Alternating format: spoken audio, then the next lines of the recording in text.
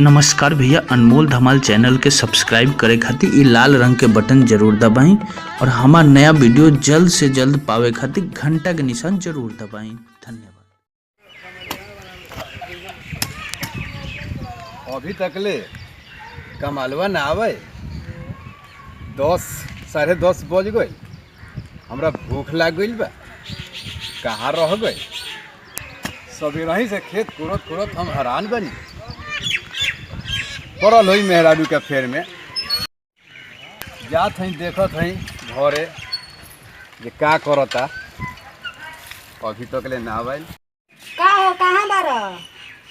काम उम है कि ना? आरती उतारबा कि ना? काहे घबराइल बारू हो? तू बेचैनिए में रहलू। आ बनी जय जय मेहरारू, बोला जय जय मेहरारू। झाड़ू से मारा बाकी माल का, झाड़ू से मारा बाकी। हम तनी फंस गरनी है दूसरा काम में। अच्छा, एगो हितई के रोलक भेटा गइल रास्ता में, वही से फंस गरनी है। हाँ, ली भोग लगाई। का रे नतिया, तोरा के कहनी रसगुल्ला लिया के तो जलेबी लेके आवत रे। का करबू, ना बन रहलक है, यही सब लेके आइने जिलेबी। तो भारत के प्रसिद्ध चीज नु हटे, जिलेबी से काम चलाओ। बिहान से तरह के राबड़ी लेके आए रे खियाओ। ली खाई देवता। हाँ, जय जय मेहरारू, बोला जय। खातिर तो हम कहाँ कहाँ से कलकत्ता फिर जामू तो सबसे हे मशहूर भगवान, रसगुल्ला। हम खेत कोड़त हई दिन भर। हम सोचत हई कि अब कमालवा ले आई हमरा के खाना। ई तो मेहरारू के नु चक्कर में पड़ल बा। भले नु हमरा के खाए के ले आवे। दिन भर हम उपास रहत हई, अब मेहरारू के जिलेबी खियावता। हे भगवान। ए में झाड़ू देवता, रउआ तो खाइए लेनी, अब हम खाई। खा ले, ठीक बात है। खा ले। हाँ, धरी हाथवा में कि मुँहे में खियावत रह। ना दी। हाँ, जय हो। आ खा ले, खा के चल कपड़ा फिर। हाँ, ऑफिस में काम बा, हमरा ऑफिस में जाए के बा। हाँ। हे भगवान, औसन मेरा आरू सब लोग के दी हो। और अधिकतर क के हमार हितवा जौन बारन सौ ओकनी के पहिले दी हो। अब का करेम, जानता नहीं सुरेंद्र जी, अब जाए के पड़ी कपड़ा फीचे। मौगी के बियाह कोइले बनी, बाबूजी उनको तेले बन जानता नहीं का।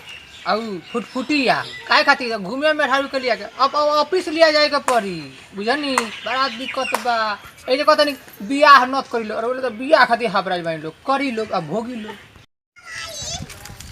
आफत गले तो पड़ले बा, अब सब काम तो करही के पड़ी, ना करबो तो दिक्कते बा।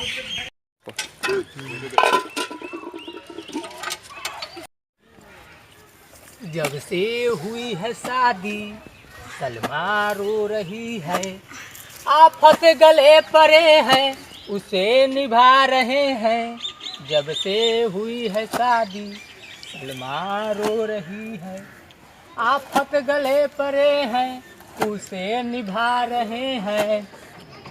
अरे बाप रे बाप, खींचत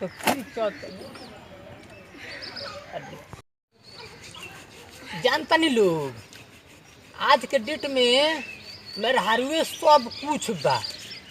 मेहरारू ना रही तो देह कैसे दे भाई, इहो दिक्कते बा। मेहरारू ना रही तो खाना बनाई के ना खाना तो हम बनाए। ओहो, खाना तो हम ही बनावेनी। तो अच्छा, गोरो तो हम ही दबावेनी। गलती से को हमरा कहे के कौन चीज तो हम कह देते नहीं। कौन चीज सब काम हमरे करे के पड़ेला।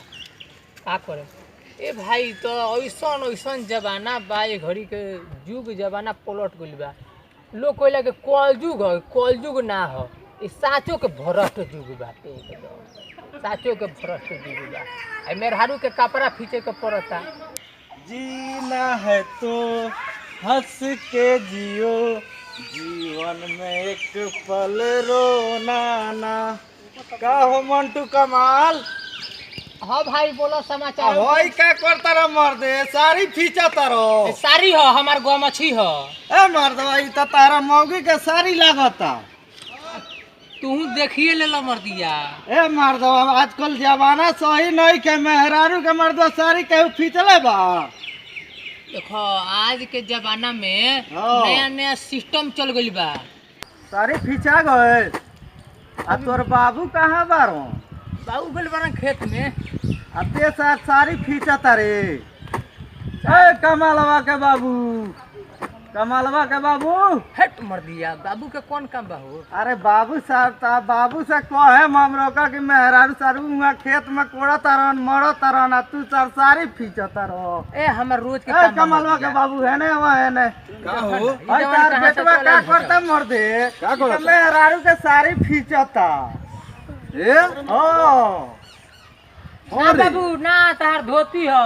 धोती लाल धोती रहेला बतावा तो। और रंग देले बनी। बाप रे बाप, ई तो साचो पाका में हर मौगा हो गइल भाई। अरे हम भाई। देखले रही एकरा के। हां ये मेहरारू के जिलेबी खियावत भाई सर जिलेबी खियावता। ए बाबू जिलेबी नानू रहे हो। का रहे रे? वो अपना मौगी के भोग लगावत रहनी।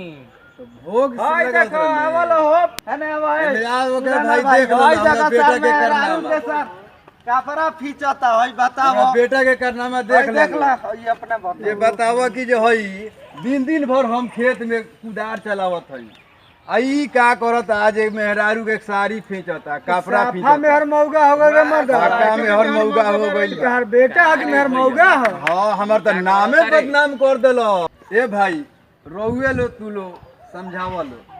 अब एकरा के का समझावल जा? ई तो सार के रे जिलेबी खियावता। आ वो दिनवा देखनी के साड़ी फीचत रहे मौगी। अरे का हो, हम तो खाली सुनले रहनी हो, ताक से लेकिन देखो तनी के एबरा तू देखई की काम करता रह। आई धोती हो मर्दिया, धोती धोती हो। हेते जगह धोती होला, और रंगले बनी रंग से। तो हेतो चका बा। हाँ तो धोती छोटी चुकी रहे। बताओ ना पियो रंग से रंगाला कि गुलाबी रंग से रंगाला? ना भुला के अब गनियो दुकान पर तो कने के प्यार का रंग दी तो उ दे दे लखल लालका रंग। अरे हमनी के बोका बनावत है ना महाराज पाका मेहर मौगा। अरे हम लोग काहे घबराई तनी? ये सब से काम से ना घबराए के तनी मनी परिवार की इज्जत रहे सब वही से सब गांव अपने गांव जवान के बात अब हल्ला कोई जला। अरे मारा तो ई साड़ी फीची ये आज बस खींच दिले बा का हो जाई तनी उनका परिवार के ब्याज दब होई। हां इहो बात बा। का करे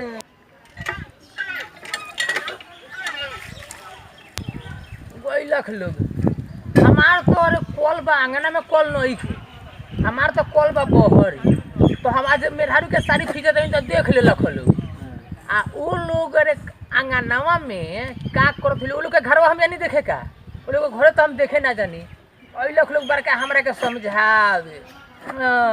हमार मेहरारू हमका साड़ी खींची चाहे कुछ करी, वो लोग के काम मतलब बा। का रे नतिया कपड़ा फिचाल कि ना फिचाई? बस आगनी और दू फिजान के बढ़ले बा, पसार के तुरंत आवते बनी हम। नमस्कार भैया लोग, हम मंटू कमाल रउआ लोग के समूह। देखिए ई हमारी वीडियो पहली बार हम लेडीज के सामने के लिए बनी। रउआ लोग के अच्छा अगर ये वीडियो लागई तो रउआ लोग शेयर करें हम लोग, लाइक करें हम लोग, और सबसे पहले रुआ लोग के हम बताओ तनी कि सब्सक्राइब कैल मत भूलें हम लोग।